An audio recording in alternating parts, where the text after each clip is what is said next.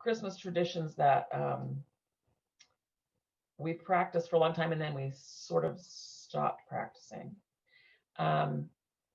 We decorate way before. We decorate on Thanksgiving, and we leave it up through Epiphany. We believe in the kings, and we let them come, and we leave our decorations up. We used to have our Christmas dinner on Christmas Eve, and then we got to open one Christmas package. And when I was younger, so when I was in high school and college, my mom's sister lived in the same town we did, and she had 4 children. And there's just 3 of us, and then my grandmother and her 6 sisters. And so we have multi-generations, and we'd all be there. So we'd have 40 people for dinner on Christmas Eve.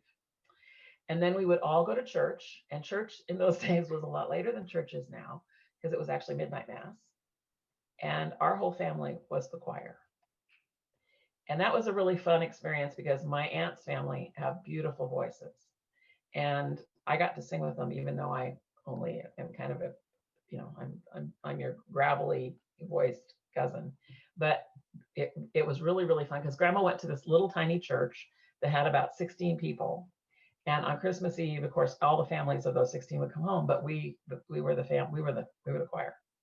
And we did that until it just got to be so many conflicts with different churches and different choirs on Christmas Eve. And then we went back to having Christmas dinner on Christmas Day, and we went to having soup on Christmas Eve. So this year we're going to go back and we're going to have Christmas dinner on Christmas Eve. And I guess we won't be singing in the choir because we're Zooming it. So we'll be on Zoom.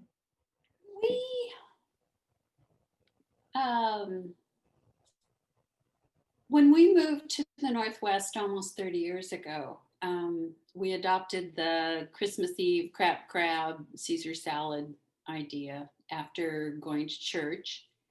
And then Christmas Day is nice meals and a special dinner. And of course, when Chris was little, the presents got opened early. Now we all, except for the dogs, sleep in. In past years, we've gone to parties, we've had people over, we've shared it. This year, it's going to be my son and myself and the dog, which reminds me, I need to get some presents for him. Well, we both grew up in the Toronto area in Canada, and both of our families were living close by for several generations. So we had a lot of family around. So it was our tradition to get together with them at special occasions, Christmas being one of the main ones. So we grew up having similar traditions. We read the night before Christmas by the tree at Christmas Eve, and we had large extended wild family gatherings on Christmas Day with roasted turkey and all the trimmings. And both our mothers always made Christmas pudding or plum pudding, which actually has nothing to do with plums, but is a bread pudding filled with raisins and currants and spices and actually grated carrot. And it's steamed for several hours or even the whole day. Then you turn it onto a platter and you douse it with warmed brandy and topped with a sprig of holly. And the drama is lighting the brandy and carrying the flaming pudding into the darkened dining room and putting it on the table, and everybody oohs and ahs. Well, one memorable occasion, we were carrying the platter with the flaming pudding into the dining room, and the platter tipped a little bit, and some of the flaming brandy managed to land on my mother's chair, setting it momentarily on fire to the great excitement of everyone, and was put out pretty quickly. But that was a moment that is definitely memorable in our family lore of Christmas Day. And you have to have it served with hard sauce, which is basically butter, sugar, an egg, and lots of sherry. It's a wonderful dessert. In our own family, we inherited a lot of Barb's family traditions of anticipation and excitement. And Christmas dinner, the same. Trips to see homes all lit with amazing lights, lighting our own Advent candles, going to church on Christmas Eve. Then we would read, 'twas the night before Christmas, when all through the house with the boys, hang our stockings, and leave a note and a snack for Santa. Early Christmas morning, the boys could open their stocking presents before waking us up, often 5 a.m. That was their favorite tradition. It was our favorite tradition too. We got to sleep in a little bit longer. The stockings are a big thing in our family. It's very special. We didn't have stockings in my family. We had to wait until after Sunday morning Christmas service at church before we could open any presents. So it took no convincing to move to Barb's much more exciting and anticipating Christmas. A couple. One is that when we put the tree up, when this is in my family, and we've carried it on through our own family, we always had shortbread and sherry or port as a way of making the event of decorating the tree a little more gala. And so that's a custom that we've carried on. And Anne and I got into a discussion about how old the kids had to be before they could have a sip of port. I went for younger, of course. And we also did the Advent calendar, which I think is really important when you've got kids, to teach them how we're waiting for Christmas. So. Advent wreath. Hmm? Advent wreath. We have an Advent wreath. Yeah, we have an Advent wreath here too. And this year we had to buy a special Advent wreath that holds fake greens and flameless candles because of where we live, We're not allowed to have live flames. or live greens.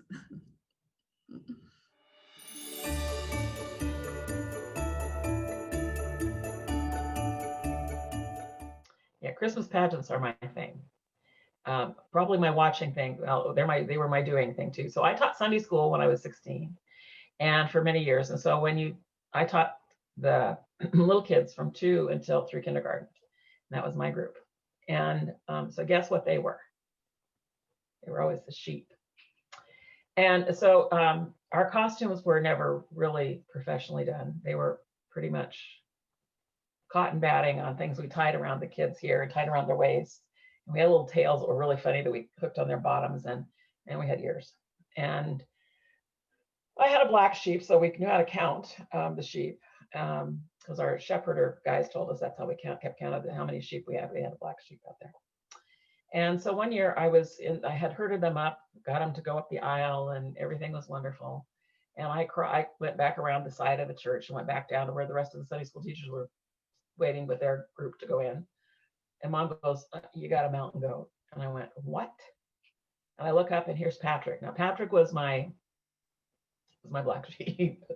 I used to have to sit with my foot through the chair of his that he'd sit in, these little tiny chairs, because he would cut his sister's hair and put glue under he was Mr.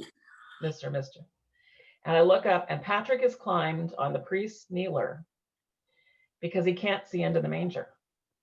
And so he's up there, and he's not just sitting he's standing on top of that. So now he's about 7 feet tall. So I go back up the side aisle and go up behind the pulpit and come back down and get Patrick down. The next thing I know, I look up and he's got his head stuck through the carving in the front, and he can't get it out. So we're getting a lot of bleeding from him. Help. So up I go. Patrick, get Patrick out. Put him, stay here, Patrick, stay there. Get him all calmed down. We get through the pageant, and the kids go, "We want to see baby Jesus." Now, thank heaven we didn't have a real baby Jesus. We did have 85 kids in Sunday school. I have to say it was great. We had 85 kids.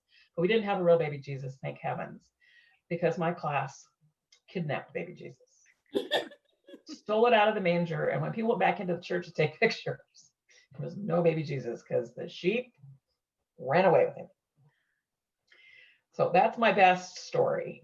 I have to say that my favorite book for the Christmas season is The Best Christmas Pageant Ever, because that's when the mean kids took over the Christmas pageant, and it's hysterical. It's a hysterical read, and it's a funny movie. I like to watch that. But I love to go watch pageants because there's always something that goes wrong. And people go, when I was directing the pageant at one of my churches, they said, "Aren't you nervous about this?" I said, "No, I can't wait to see what's going to happen wrong," because that's the thing that makes them so charming. So this other time, I was at my grandma's little church, and the priest's sons were the kings, and their costumes were wild. The sheep were pillowcases that had faces cut out and cotton balls stuck around them, and then they crimped the ears like this.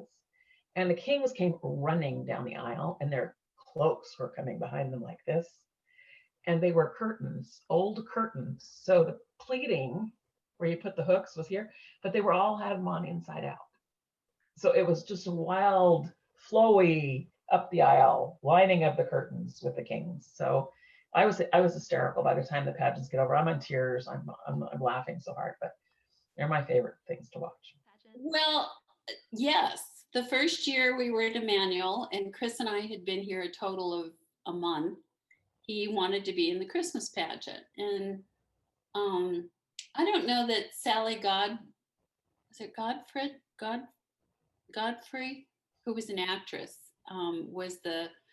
had been leading the pageants. I don't know who led it, but Chris wanted to be an angel, and his father and I sort of mumbled that, maybe he could be a sheep or a goat or a shepherd, and he said, no, I want to be an angel. So the angel costumes were white angel robes and a sparkly gold halo and wings, and there he was with all the other little girls, and they were standing in front of the altar, and his father and I looked up and watched the little girls move purposefully over and push him off.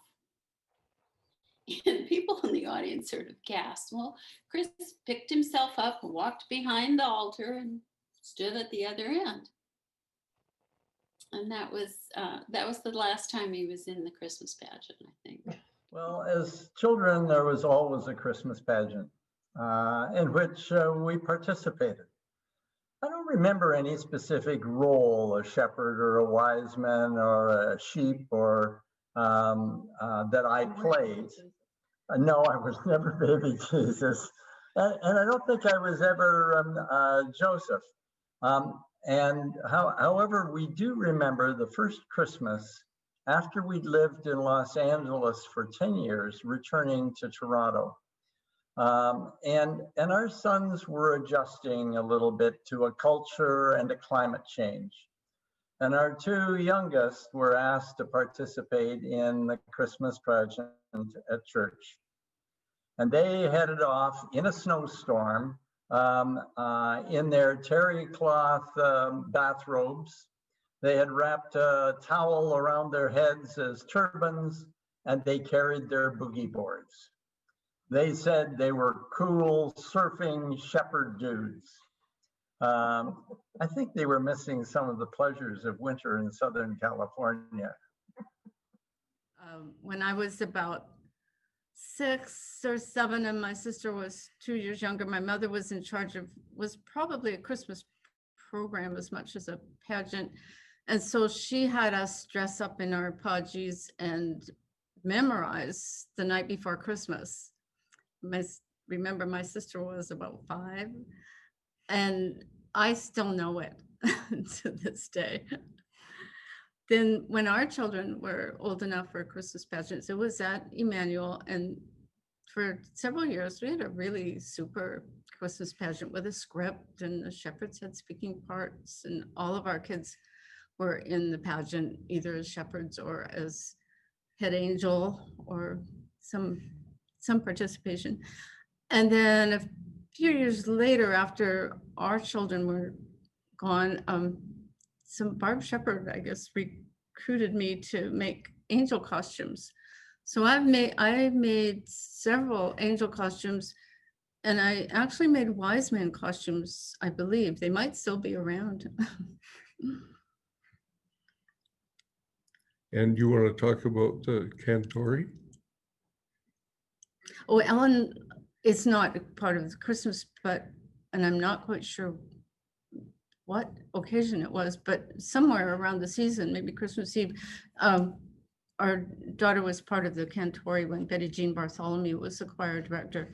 And they did the Krampus go round, which is the choristers walk from corner to corner of the 4 churches. It's a beautiful carol.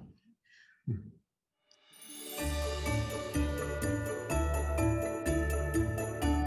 I have gone for the gamut. I had an all white tree, not the green, it was green, a green tree, but I had all white ornaments, all porcelain ornaments. And then I had a lot of crystal ornaments that got put on it. And then I started doing needlework, and now I just have hodgepodge of ornaments. And I did buy a whole set of ornaments and did a theme, you know, one kind of a beautiful tree like you have in magazines for 2 years. So, and I went back to the other one this year. But my favorite of all ornaments that I have on the tree. Well, I don't know if I have, I don't know. We always hang a nail on the tree, big one, to connect it to Easter. And that's the first ornament that goes on the tree and the last one that comes off. And that we do that every year. And all of our trees and all in our family have one. So it doesn't matter where you are. They're all in the garage. We got the Christmas tree up today. I'm going to let it settle down and gather some energy later. I was thinking today that our tradition is for me to do all the work.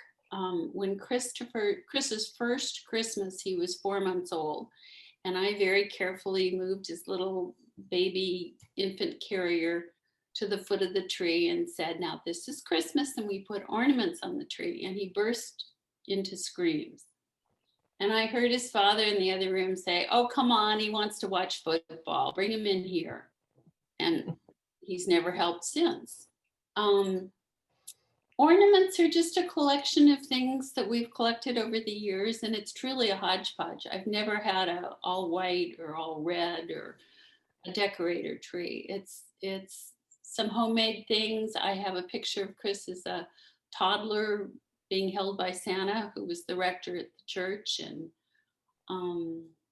a preschool ornament that he made. And, they're just things that are special to me. Well, our Christmas decorations, both around the house and on the tree, are full of memories. So we call our tree a memory tree. I think a lot of people do this, but many of our decorations are handmade. Our boys used to have a lot of the ones that our kids made, but we have given most of them to them for their homes now. So we don't have too many of their cute homemade decorations, but we have many from friends, and we have a lot of angels. We have a friend who made us a lot of different angels on our tree. So we have a lot of angels on the tree, but most of our ornaments really remind us of our dear friends, of places we've lived, and places that we visited on our travels around the world. We've tried to collect ornaments when we go to these different places to remind us of where we have been. We still actually have a clip-on bird that came from my grandmother's tree. We don't find those anymore. So it's probably close to 100 years old. That's very special. But the one special ornament I wanted to show you is on our pilgrimage with Emmanuel to the Holy Land in 2016. We got a beautiful carved wooden creche in Bethlehem, and we put it on our mantelpiece, and that's really our very special Christmas treasure. So. My Christmas Village, it's the Dickens Christmas Village series, and it started with the one piece called the Thomas Kersey Coffee House, which I found years and years and years ago at the Issaquah Village. Can't remember the name of it now. And anyway, at the time, my dad was with me. This piece is called Thomas Kersey Coffee House, and his grandfather was Thomas Kersey. And so we were so excited about it, I decided I had to buy it. And then when he died, I got the Thomas Kersey house back, coffee house back. But in the meantime, every year I bought one more piece. So.